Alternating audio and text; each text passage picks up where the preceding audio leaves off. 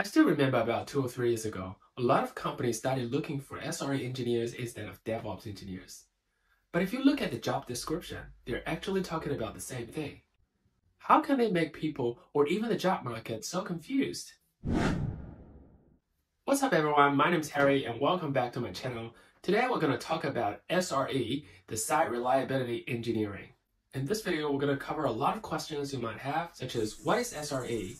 When and how was it born? How is it different from DevOps? How can it improve software systems? What are the skill sets required? And finally, whether it is easy to get a job. Site reliability engineering is not only for site reliability engineers. If you're a tech lead or software manager, or even if you just started your IT career, this video is just for you. I'm also going to share the most important thing for an SRE engineer based on my own experience. So make sure you watch to the end. Okay, are you ready? Let's dive in.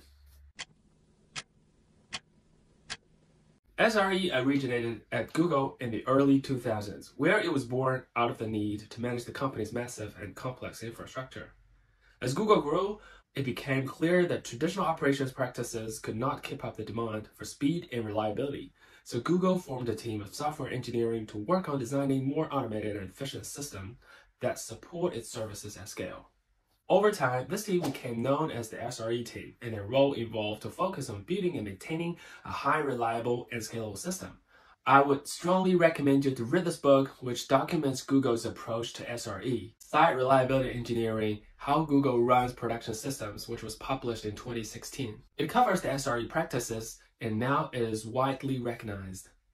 Today, SRE is used by companies of all sizes and all industries to ensure the reliability of their software systems. So, what is SRE?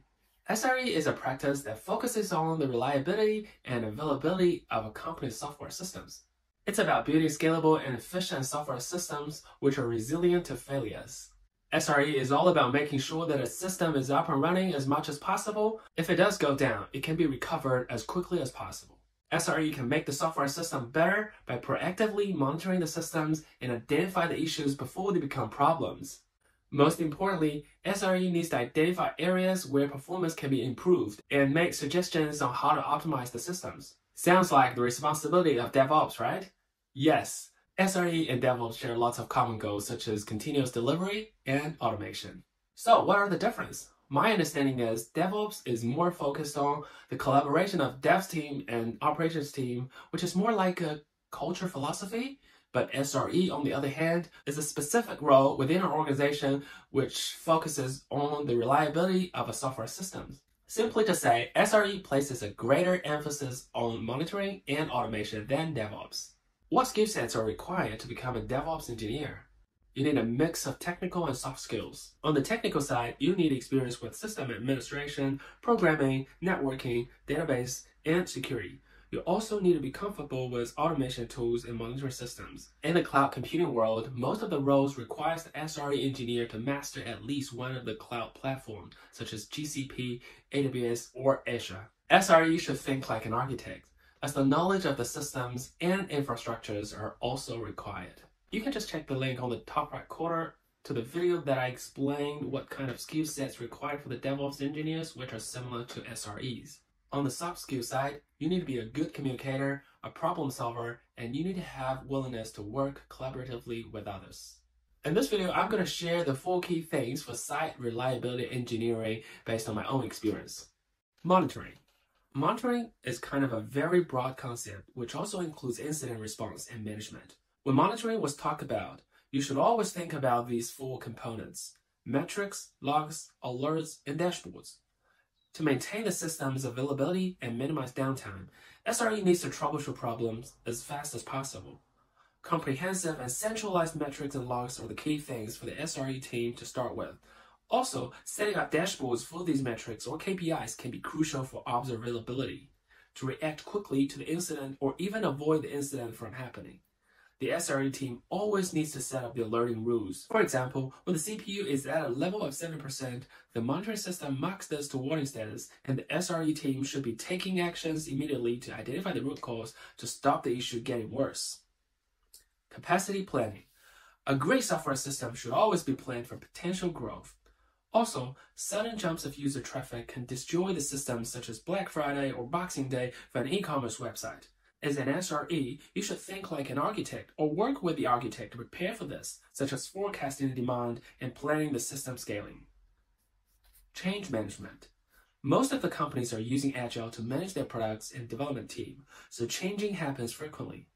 New features can be launched every month, every 2 weeks, or even every week. It means change happens all the time. As an SRE, you not only need to build a reliable monitoring system, you also need to make sure all the changes released to production environment should be low or zero risk.